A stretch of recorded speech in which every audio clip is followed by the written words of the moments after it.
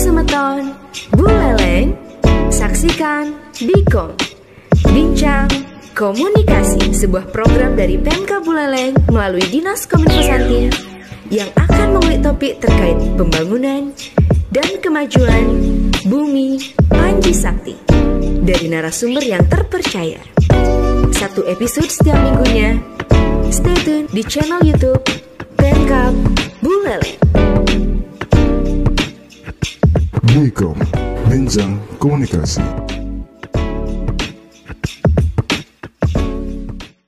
Halo sahabat Buleleng, berbicara tentang upaya pelestarian terumbu karang dan keselamatan biota laut di Buleleng, kelompok masyarakat pengawas atau Pokmawas, penimbangan lestari Desa Bakti Sragen tidak dilakukan lagi. Komitmen dan konsisten Pokmawas dipatut diacuki jempol. Pasalnya, sejumlah penghargaan baik tingkat nasional dan daerah telah diraih dalam menjaga ekosistem laut yang ada di Pantai Penimbangan, Desa Bakti Sragen, Kecamatan Buleleng. Masih di ruang BCC atau Buleleng Comment Center dengan saya Koman Chandra Asih dan rekan saya. Iya, sahabat Buleleng, berjumpa kembali dengan saya Dewi Lestari.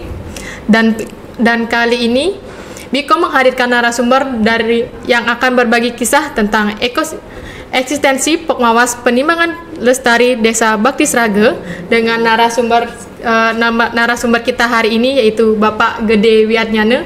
Selamat datang Bapak. Selamat datang, selamat pagi. Rekan-rekan. Om Swastiastu. Matur semua sudah berkenan hadir. Pak Jero. Yang panggilnya Pak Jero nggih dados.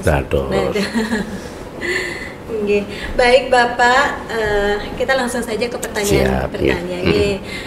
Untuk sejarah singkat terbentuknya Pokmaswas Penimbangan Lestari niki punapi Bapak? Ya, terima kasih. Jadi begini, sebelumnya terbentuknya kelompok masyarakat pengawas penimbangan lestari itu adalah dulunya kita membentuk kelompok nelayan. Kelompok nelayan itu kegiatannya hanya budidaya dan tangkap. Kemudian seiring berjalannya waktu adalah penyu di bulan-bulan tertentu penyu naik untuk menitipkan telurnya di Pantai Penimbangan. Nah, kemudian inisiatif dari teman-teman itu menyelamatkan daripada penyu itu sendiri dan telurnya itu sendiri biar tidak dimakan anjing, biar tidak terendam air. Nah, pada saat itu kita juga mencari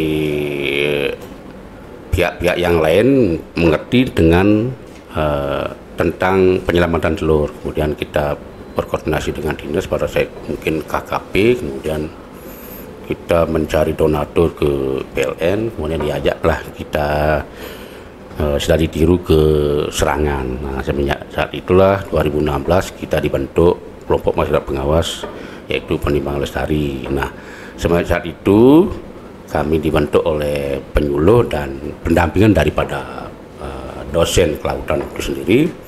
Nah, kami dibentuk, kemudian kenapa kami tidak di kelompok nelayan saja? Kalau kelompok nelayan itu hanya dia budidaya dan tangkap, untuk mengakses bantuan ke pemerintah itu tidak bisa. Karena kita di pengawasan, dia budidaya. Nah, dibentuklah kelompok masyarakat pengawas di 2016 nih, sampai saat ini. 2016 berarti Bapak.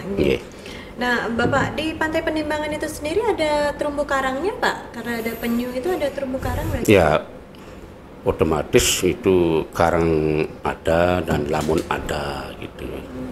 Karena pada saat penyu-penyu itu akan naik, dia akan membersihkan diri di karang-karang, kemudian dia makan padang lamun. Kalau sudah nutrisinya sudah bagus, dia pasti akan ke pinggir petelur. Karena pada saat naik petelur itu dia akan memerlukan energi yang sangat besar, banyak. Nah, itulah di sana ada karang pasti. Kemudian karang-karang itu sendiri pun sangat rusak. Gitu. Jadi kami didampingi oleh dosen kelautan dari Uniksa, dan beliaunya mengadakan survei juga pada saat itu. Jadi kami diberitahukan bahwa karang yang ada di Pantai Penimbangan termasuk Buleleng pada umumnya itu sangat rusak karena kita kelompok nelayan atau kelompok pencari ikan itu kadang-kadang kan memakai alat tangkap yang tidak ramah lingkungan. Kemudian teman-teman yang cari makan dengan mencari ikan hias itu pakai potasium. Termasuk di Pantai Penimbangan itu sendiri, kami didampingi oleh penyuluh dan dosen kelautan itu sendiri, diberitahukan bahwa karang-karang yang ada di Pantai Pendimbang sangat rusak. Terus bagaimana caranya Pak untuk ayo kita melakukan konservasi dan restorasi terumbu karang. Dan beliaunya pun selalu mendampingi dan dikasihlah kami pelatihan-pelatihan termasuk latihan menyelam secara dasar-dasar dulu. Tapi sebelumnya kami pakai alat scuba, setiap kami snorkeling, setiap kami menyelam pasti kami disuruh mengambil sampah-sampah yang nyangkut di karang itu sendiri. Nah sampai saat ini karangnya udah kita tangani dan lumayan bagus lah. Jadi langkah konkretnya itu dengan mengambil sampah-sampah yang ada di terumbu karang. Nah, yang lainnya gimana Pak? Mungkin ada. Yang lainnya kebetulan kami punya tim kreatif dan inovatif itu dari komunitas.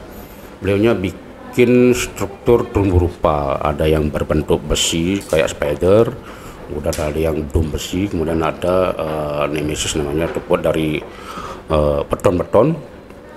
Itu yang kita tenggelamkan di sana, dan di sana kami mendapat dana juga dari kepala desa. Nah, itulah langkah-langkah kita yang kita lakukan, yaitu jadi struktur terumbu rupa itu kita desain, kemudian kita tenggelamkan ke tengah laut. Nah, itu nanti kita bisa transplant di struktur terumbu rupa itu. Jadi transplant itu jadi karang-karang yang patah karena ombak, karena diinjak orang tapi masih sehat, itu bisa kita ambil dan kita tempel di besi dan kita ikat dengan kabel tis lainnya. Kemudian yang terbuat dari beton maupun besi itu bisa nanti rekrutmen karang alami. Jadi karang itu adalah hewan, jadi dia begitu dia bertelur, dia akan hanyut di bawah arus, nempel lah di struktur itu. Nah itulah nanti akan tumbuh gitu.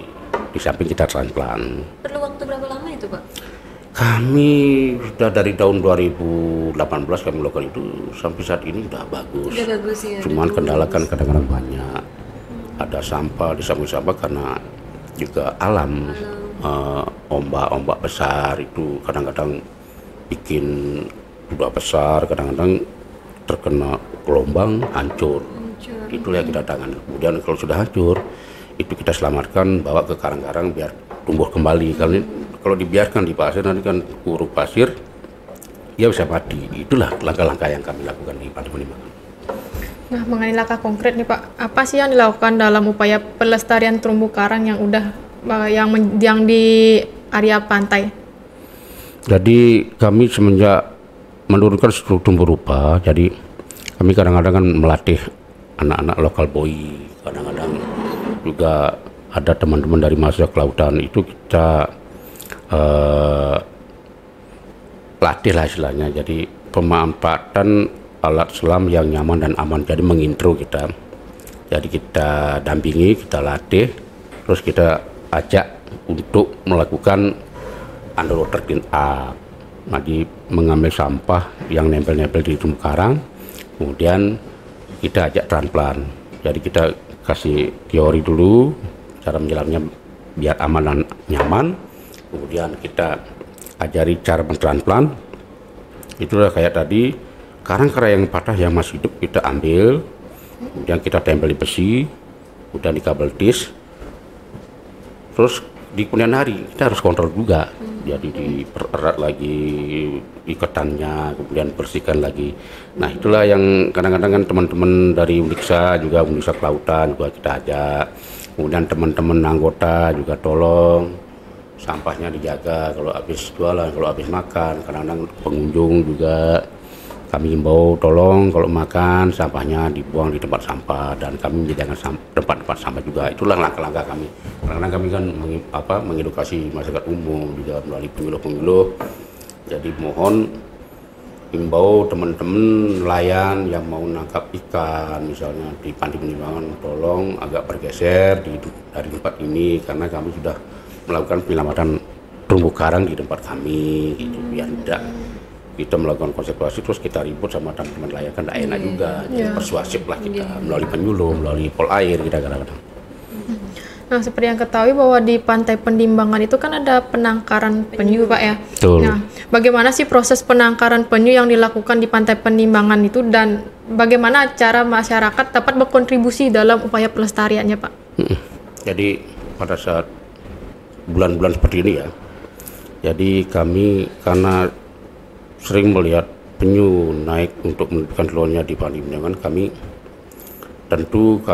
tidak bisa bergerak sendiri. Jadi kami anggota kami beritahukan bahwa bulan-bulan ini akan ada penyu naik, tolong patroli. Jadi malam itu, kalau malam biasanya sampai dari jam 8 malam itu biasanya sampai dini hari gitu. Teman-teman anggota biasanya kalau dia mau gitu, kalau dia kepingin, dia pasti jam 8 sampai jam 12. Nanti kadang-kadang kan ada anggota yang bikin angkringan, itu juga kadang-kadang patroli. Begitu dia menemukan, dilaporkan kepada kami datangi dan kami selamatkan telur-telur. Kemudian kepada teman-teman yang lain di luar kelompok kita juga melakukan sosialisasi kepada kelompok-kelompok di luar kami, dan melalui penyuluh perikanan juga beliaunya menyarankan bila mana di tempat Anda tidak ada penangkaran telur penyu, kemudian Anda menemukan telur penyu, bisa dilaporkan ke kami. Jadi kami mendatangi, kayak kemarin di Hotel Pok itu kami dikontak bahwa ada telur penyu, kami datangi dan kami ambil. Itulah kadang-kadang ya, sekarang ini masyarakat sudah mulai peduli lah terhadap penyu juga, baik dari timur sampai ke barat. Nah, kemudian kalau untuk tantangan yang Bapak hadapi ngapain nih Pak dalam upaya pelestarian lingkungan sekitar pantai maupun terkait penangkaran penyunya nih? Ya, memang kita di kota ya, di jantung kota, memang banyak tantangan. Di samping alam, sampah, dan yang kami rasakan pada saat ini, mungkin banyak orang lah tahu, kami ruang.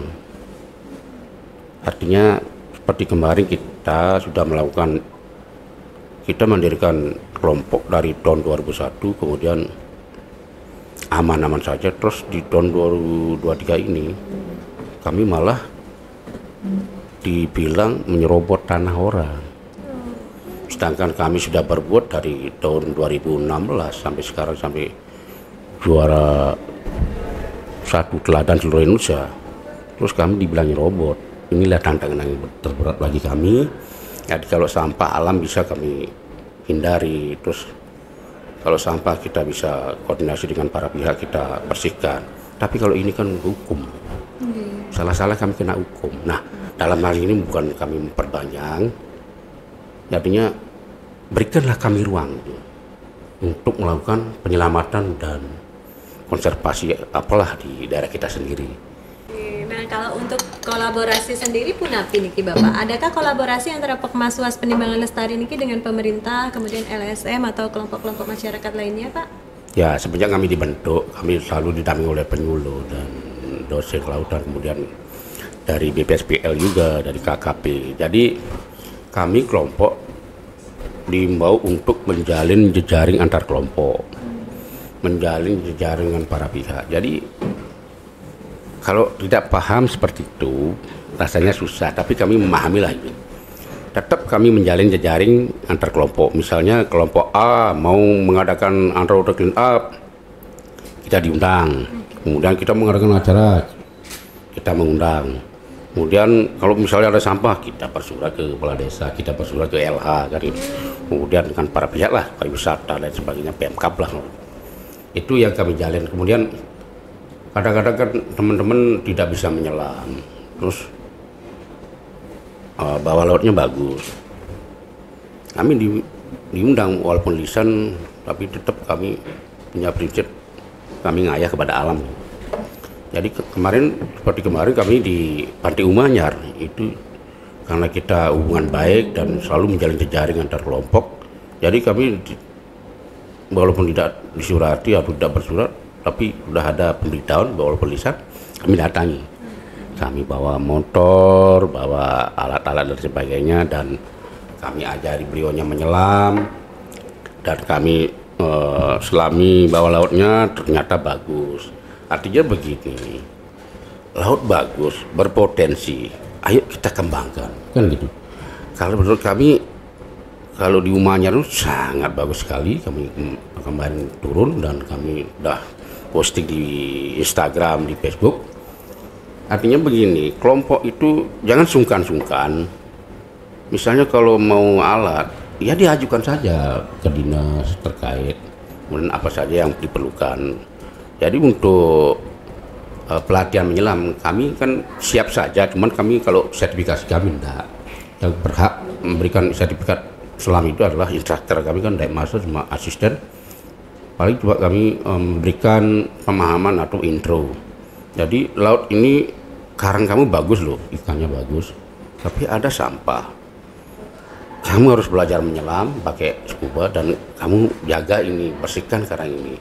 Dan suatu saat kamu bikin acara, misalnya 17 Agustusan lah, kita undang para pihak, pemerintah lah, kelompok lah, atau diver seluruh Kabupaten Buleleng. Itu nanti kan kita post kan dari mulut ke mulut, dari ke media sosial kan lumayan itu.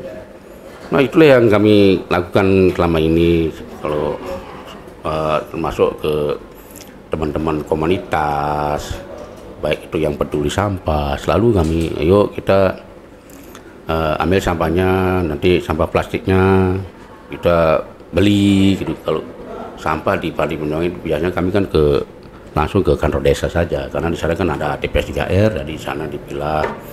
Kalau sampah-sampah alami bikin pupuk, udah kalau plastik itu dijual ke bank sampah, itu biasanya. Kalau anggotanya sendiri sekarang berapa Bapak? Pokmaswa sendiri? Anggota kami kalau yang tercatat itu 26 orang. 26. Tapi kadang-kadang kan sering kami melakukan kegiatan, sering kami posting, orang tertarik. Kemudian kami ajak, tapi itu kan di luar struktur. Dia mau bergabung, kadang-kadang dari komunitas, dari pencinta alam, kadang-kadang dari kelompok lain mau belajar, kadang-kadang kita masukkan. Iya, gitu yang kami lakukan. Baik, itu ya penjelasan bagaimana pelestarian penyu dan juga pelestarian lingkungan yang ada di Pantai Penimbangan, ya.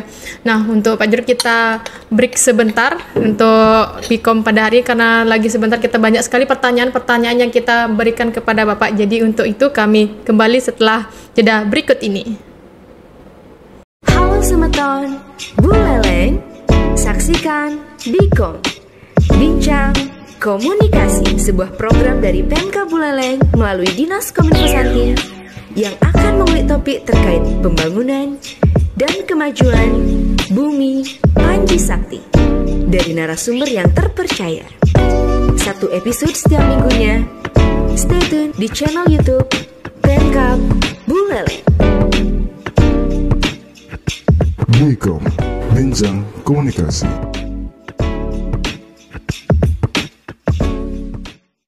Baik sahabat Buleleng, dimanapun Anda berada, kembali lagi di Bikom Bincang Komunikasi dan masih bersama Bapak Jero Gede Wiatnyana, beliau selaku Pokmaswas Penimbangan Lestari. Dan sahabat Buleleng, sebelum kita lanjut berbincang, tidak lupa juga saya ingatkan sahabat Buleleng, apapun aktivitas Anda tetap konsumsi ya Buleleng, air minum kebanggaan warga Buleleng, air minum kita bersama. Baik Pak Jero, yang lanjut lagi bertanya. Nah, untuk langkah-langkah konkret yang dilakukan oleh wisatawan, Pak, terkait dukungan pelestarian lingkungan di Pantai Penimbangan Buleleng, ada wisatawan yang mungkin mendukung Pokmaswas niki, Pak? Cuman kalau secara gini kan tidak ya, tapi semenjak kami memanfaatkan media sosial itu banyak yang tertarik datang, ikut dalam hal kegiatan yang kami lakukan. Dalam hal ini underwater clean up, Tanpan Karang, kadang-kadang ada juga teman-teman seorang dive center, karena kami pertemuan dan temannya itu dari luar tertarik mengikuti kegiatan kami berikan tamu. Ini tamu mau ikut kegiatan apa yang kamu lakukan di Padi Penimbangan, seperti patroli penyu malam-malam, kadang-kadang menyelam untuk transplant, kemudian kemudian kami kan selalu menyelam dan kami menggali mutiara-mutiara yang terpendam di Padi Penimbangan, seperti ada biota-biota yang menarik seperti nudibran itu warnanya sangat bagus sekali. Itu juga kadang-kadang tamunya ikut tertarik gitu. Dan ada teman-teman dari mahasiswa yang merupakan pelajar dari Amerika juga kadang-kadang ikut juga berkegiatan di Pantai Penimbangan. Ya, mendukung ya Pak ya? Ya, sangat mendukung. Nah kalau untuk edukasinya Pak, adakah upaya edukasi yang dilakukan untuk meningkatkan kesadaran lingkungan di kalangan masyarakat Pak, khususnya di Pantai Penimbangan? Ya, kami tiap rapat kami selalu memberikan apa yang kami diberikan oleh dinas, kadang-kadang dari BPSPL kami diajak pelatihan tentang terumbu karang, tentang penyu. Tetap kami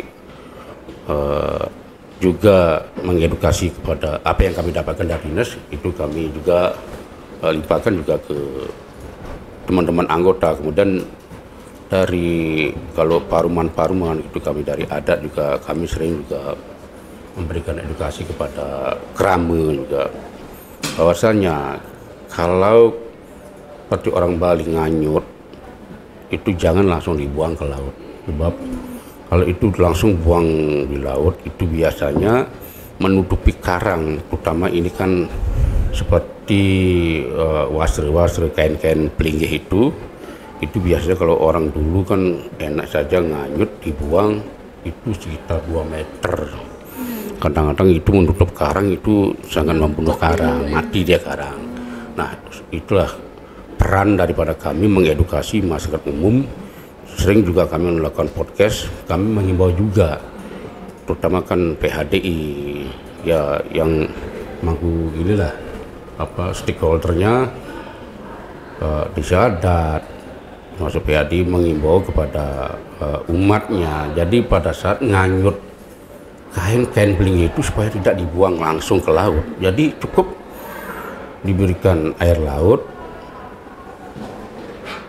dikembalikan ke bak sampah, jangan dibuang. Kami kadang-kadang menyelam malam itu terutama menemukan kain poleng itu sangat kaget sekali, sebab malam itu kain poleng kayak rangging nikel itu kami kan kaget. Itulah kadang-kadang sangat disayangkan. Kalau itu merupakan ritual, ya kan bisa dirubah dong, jangan seperti itu caranya. Rubahlah pola pikir dari membuang sembarangan, terus kita oke lah, kita kasih air laut saja, terus kita kembali ke bak sampah, biar tidak kita melakukan ini, kemudian kita merusak alam, biar tidak seperti itu. Itulah yang kami lakukan kepada desa adat juga, terutama di kami, di desa adat kami juga. Kemudian ke anggota, tolong jaga kebersihan, kamu mencari makan di pantai, tolong dong jaga kebersihannya, jangan membuang sampah sembarangan. Kalau menemukan sampah, ya kita ambil, kita bersihkan. Sebab kalau laut itu, pantai itu sudah bersih, tapi kan nanti pengunjung akan tertarik kan gitu. Baik Pak, mengenai potensi ekonomi nih Pak, apa potensi ekonomi dari keberadaan terumbu karang yang dilestarikan di area pantai tersebut Pak? Ya, jadi kalau kami kan selalu diberikan penyuluhan, apa yang kami lakukan itu biar berdampak secara sosial dan ekonomi. Jadi semenjak kami melakukan kegiatan seperti ini, ya salah satunya anggota kami sudah bisa mengangkut tamu dolphin, mengangkut tamu diving, tamu snorkeling, dan ada yang anggota tidak punya armada bisa membuat angkringan lah. Jadi itu sangat menarik. Apapun itu kegiatan kita harus posting, kita memanfaatkan media sosial. Lumayan juga, kalau orang dulu kalau mau lihat dolphin kan selalu ke Lopina. Lopina itu kan senternya. Tapi kalau lihat dolphin di Penimbangan dimanapun boleh, bisa. Kadang-kadang kami di depan kelompok kami juga ada dolphin, tapi kadang-kadang ada di Sangsit. Tergantung makanan dolphin itu sendiri, di mana ada makanan pasti dia ke sana. Kadang-kadang sampai ke Celukan Bawang. Kemudian kadang-kadang di depan kami dekat sekali. Itulah dampak daripada apa yang kami lakukan, itu berdampak ke sosial ekonomi juga, terutama kan anggota juga. Ya dukung bawa tamu dolphin, bawa tamu diving, bawa tamu snorkeling. Nah, mengenai kelompok masyarakat nih Pak, bagaimana kelompok masyarakat itu mengintegrasikan tradisi lokal dalam upaya pelestarian lingkungan di sekitar pantai Pak? Jadi seperti kami lakukan itu, jadi anak-anak itu, anak-anak lokal terutama, jadi biar tidak keluar mencari pekerjaan, kami selalu melatih anak-anak lokal supaya kami kan harus pensiun gitu. Jadi kami harus bekerja sama dengan adat juga, dengan anak-anak lokal, supaya di kemudian hari kami sudah tidak bisa, ya, adalah penggantinya.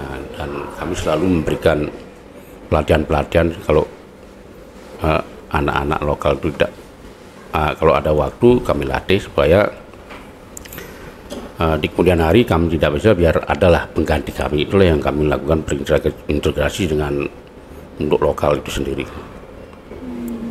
Baik, terakhir nih Pak, pertanyaan terakhir. Nah, adakah pesan atau harapan Bapak kepada pemerintah Kabupaten Buleleng dan masyarakat Buleleng khususnya Pak tentang keberadaan Pokmaswas Penimbangan Lestari ini Pak? Ya, kami sebagai Ketua Kelompok Masyarakat Pengawas Penimbangan Lestari yang beradanya di Desa Bekti Srage, Dusun Galeran, Kecamatan Buleleng, kami berterima kasih kepada pemerintah Kabupaten Buleleng karena semenjak kami berdiri, kami selalu mendapat support, baik itu alat berupa pelatihan kami dulu dari pariwisata, juga dari DKPP juga kami diberikan alat dari pariwisata, kami dilatih menyelam dari open water sampai rescue. Itu sangat membanggakan bagi kami. Berapa teman sudah punya sertifikat sampai dive master. Sekali lagi kami berterima kasih kepada Pemkab Buleleng. Kemudian jangan putus-putus lah memberikan dukungan kepada kami, karena kami kan butuh alat, butuh regenerasi. Kemudian kepada masyarakat umum Kabupaten Buleleng untuk menjaga kebersihan, menjaga pantai itu biar tetap bersih. Karena seperti saya katakan tadi, kalau sudah pantai itu bersih, pasti akan pengunjung akan ramai. Dan kemudian apa yang kami lakukan supaya menginspirasi juga teman-teman di luar kelompok kami. Di Buleleng itu sangat berpotensi menurut kami, karena alam bawah laut di pantai Buleleng itu sangat bagus. Jadi lakukan apa yang kamu bisa dan tetap melakukan menjalin jejaring antar kelompok untuk pengembangan daerah itu sendiri. Walaupun kita tidak bisa, kita kan bisa minta tolong ke teman-teman yang bisa. Mungkin dari saya begitu.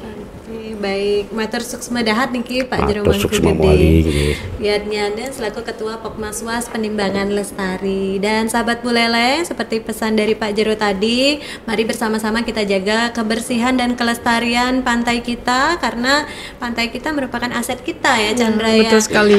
Oke, baik sahabat Buleleng, demikianlah Bikom edisi kali ini. Terima kasih yang sudah menyaksikan dari awal sampai akhir. Sampai jumpa di Bikom selanjutnya.